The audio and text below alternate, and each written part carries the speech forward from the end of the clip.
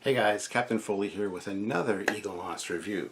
Today we're going to be looking at the Klingon Battlecruiser from the 2009 J.J. Abrams film. So let's just start out with the box. I mean, fantastic. The box is fantastic. The way that this thing fills up the front of the box, beautiful. A lot of the other ones, the XL ships are smaller on the front. This I really like. Of course, it's got the standard logo on the side, on the ends, and then all the other logos on the side here. So simple box, but really good. Again, another great display piece. If you can't afford to have this ship out anywhere, you can at least display the box, maybe on a high shelf or whatever, or set the model on top, something like that. So fantastic box. This is cool. It's the only ship in the 2009 Star Trek film that I really actually like. Apparently JJ didn't have much influence on this design. It's only seen on screen for like a split second or two during the Kobayashi Maru scenario, and it's called a Klingon warbird. Klingons didn't have warbirds, that was Romulan, but again, no big deal. So it's just called Klingon Battlecruiser here, and it's a great looking ship. So let's get into it as we do. So typical presentation when you open the box. You got the ship there. It looks gorgeous. This is one of the first ships that Eaglemoss sent me, the first XL ones. Again, fantastic little ship. Not very heavy, doesn't have a hefty weight to it, but it's substantial enough. And again, it's a lot. Well, it's not. I wouldn't say it's smaller than the other XL ships. It does fit in perfectly with them, but yeah, the coloring on it is great. It's this light green with some silvery color accents and some gold accents as well, and just an overall fantastic design. This is a good reimagining of a Klingon D7 from TOS. Even though it does have a lot of the Katinga vibe to it with the feathering on the wings, the neck portion having these like vertebrae type sections is a fantastic design. It kind of goes back to the Klingon armor we've seen all through TNG and stuff with these spines on their back. So it's a nice tie-in with the Klingons there, in my opinion. Other than that, it doesn't have a lot of super detailing on it. I mean, you got some plastic parts back here for the engines, which are like a clear yellow plastic. So in the right light they look kind of cool, but that's about it for color. I mean, you got a little bit of gold here and some gold here, but overall just this green with it's like a mint green almost, with some green metallic sections, as well as some silvery feathering details there as well.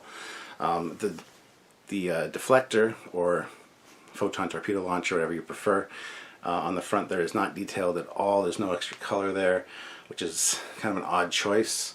Even making it black or glowing red, like a red plastic in there, would have been cool. But it is what it is.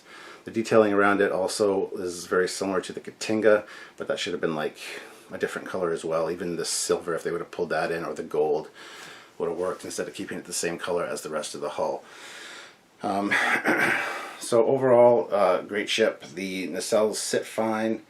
They canter inwards just a little bit, not as much as the D7, which is fine. I kind of liked the D7 canter, but at the same time, just straight down nacelles would have been cool on that design also.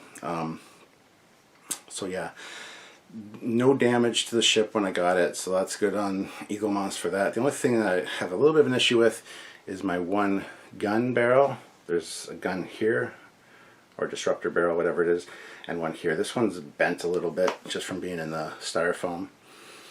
Not a huge deal. Majority of this is plastic. It's very hard to tell where the metal pieces are. Like this head part's metal. This back part is definitely plastic, and it's a little loose, a little wobbly, not too bad though. This bottom section here, which looks like a Federation Delta, feels metallic, feels metal, but the main bulk of this is definitely plastic, which is fine. It doesn't have the weight of like the Refit or the Enterprise E, behind it. So again, guys, if you're interested in getting these, click the link in the description below, and upon checkout you can enter the discount code Trekyards, all one word, and get 10% off any orders of $60 or more. Now, I recently found out when I did my last Enterprise E XL review that some of the ships are exempt from the discount code. I got a few messages about that. I contacted Eaglemoss, and they are aware of that, but that's just the way that, you know, some of the models are exempt from the discount code. So I apologize if it doesn't work for certain models. It's not our intention, of course. We do want to help you out and save you money. So like I said, click the link, go get a few ships or whatever, and then use the discount code Trekyards. It'll apply it towards whichever ships are relevant, and you get some savings that way. So overall, though, this is a great ship. Like I said, the best of the 2009 Star Trek movie, in my opinion. A great addition to the fleet, the Klingon fleet, and I love that it's not really reimagined that much. It's very much on par with what a D7 or even an early Katinga would look like. But the fact they call them Romulan warbirds is a little off-putting. A lot of people are really upset by that. Other people not so much. They don't care. But warbird is more of a Romulan term for a ship. So if you're a fan of Klingon ships, this is definitely worth checking out. I was really impressed with this. This is a great display piece. I didn't really think I'd really enjoy anything from 2009 or based on 2009, but this is fantastic. And considering how long you see this ship in the movie, it was just a CG model that they used. There was 3 of them, I think, that got destroyed in the Kobayashi Maru scenario. So you see them on the view screen, and then you see them kind of get blown apart with the Kobayashi Maru in the background. So anyway, great ship. The design of the nacelles is modernized a little bit with the angle there, which I kind of like. But at the same time, I don't know how much of a fan I am of it. Some days, to me, it looks fine. Other days, it's like you should have just kept the blunt, straight edge. You're trying to tie it in and make it look too Federation almost, too refit style, Enterprise refit style, with that and the detailing here on the front, on the inside and outer edge. It just looks kind of odd, and it looks like a Federation inspired design that way, which the Klingon ships didn't need. The back of the nacelle is, of course, very TOS D7 looking, and I think looks perfectly fine the way it is. But the front, the change does make the ship kind of follow some nice lines and look sleek and fast while sitting still, and so that's fine, I guess. But overall, that's just the one nitpick I have, is the engine and the lack of color on it.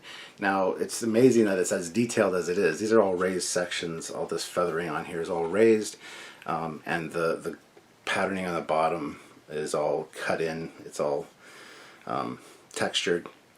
So that's pretty cool, considering it's a model that was only on screen for a couple seconds. So the fact they put this one out, I find odd, especially in the XL size. You think this would have been more of the smaller Eaglemoss ships that they would have done, but I'm not complaining. This sitting beside the refit, the XL refit, looks cool. I don't have the XL 2009 Enterprise. It's not one that Eaglemoss has sent me yet, but I'm looking forward to seeing that one and seeing, you know, if it can change my mind a little bit on that design. Overall, the JJ Enterprise design isn't too bad, but I have a few proportion issues with it, which I'd like to talk about, and I have talked about ad nauseum on Trekyards. So, but as for construction, this one's great. There's no like gaps or seams or anything really wrong with it.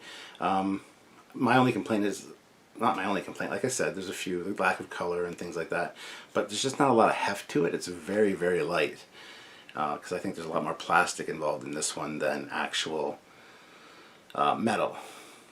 Again, just a nitpick. The neck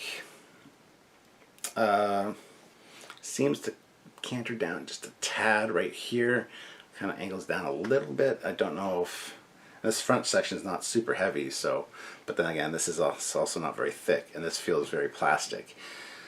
So again, just a nitpick, but the detailing is really cool. So anyway, we're going to take a look at this on the stand right now and wrap this up. But if you guys like Klingon ships, this design is really cool. I'm really impressed with this, and this could have been, all of the ships in 2009 could have been redesigned very similar to the original style, but with a few changes that would have made them much better in my opinion. A lot of people love the JJ aesthetic, and that's perfectly fine.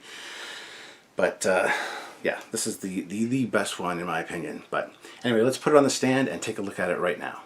So here we have it on the stand. It fits really nice and securely in there, which is great. The stand is at the back as opposed to in the middle like a lot of the Eaglemoss ships. But that totally works for this design. It looks beautiful on there, as you can see. One of the things I really like about this one is that the ship is nice and straight on the stand. It's not pointing up, you know, obnoxiously like a lot of the other ships are. So I really appreciate that for this one. Again, this is one that you can display low. It looks amazing. But up high it looks great too, with that straight horizontal look. Up higher on a shelf again is fine. Looks fantastic. So however you want to display it, it will look good. And it's got some fantastic angles. Just a fantastic ship overall. Nice model. A lot of great detailing, but like I said, they could have gone a little more detailed with extra colors and things, especially around the front photon torpedo launcher or whatever that is in the JJ verse. On the original D7, of course, it was a deflector, and then it got changed for the Katinga to like a photon torpedo launcher, so take that as you will. But so there it is. It looks great. Definitely, if you're a fan of Klingon aesthetics, this is something to check out.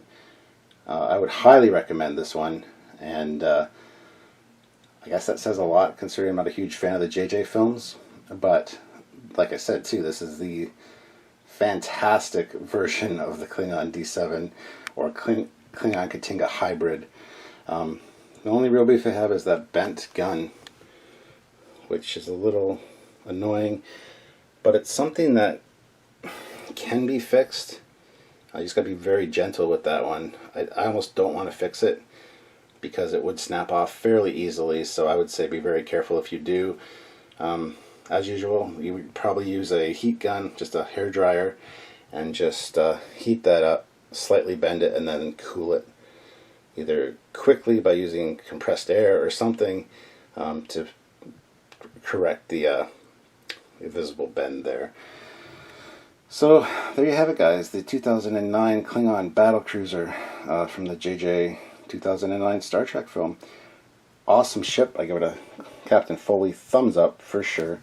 And this should be on everybody's acquire list. Very happy with this model. I'm looking forward to displaying it at some point. A lot of the other ones I'm not really going to display because I don't have the room right now. But this one is worth finding some room for, I think. So we'll see how it goes, and you might see it added to the ready room at some point in some capacity. So there you have it, guys. Fantastic ship. Highly recommended. And like I said, click the link below to go to Eaglemoss, to go to their site and check out what they got. Place an order, grab a few of the ships you really like, and on checkout, just enter the discount code Trekyards, and that's something that'll help you guys out and help us out as well. So anyway, guys, until next time, please subscribe to the Trekyards channel. Don't forget to subscribe to my personal Captain Foley channel as well. There's 2 icons there. And then click other videos. Check them out. Check out my reviews and stuff. So until next time, guys, I'm Captain Foley, and we'll see you soon. Thanks again. Kapla.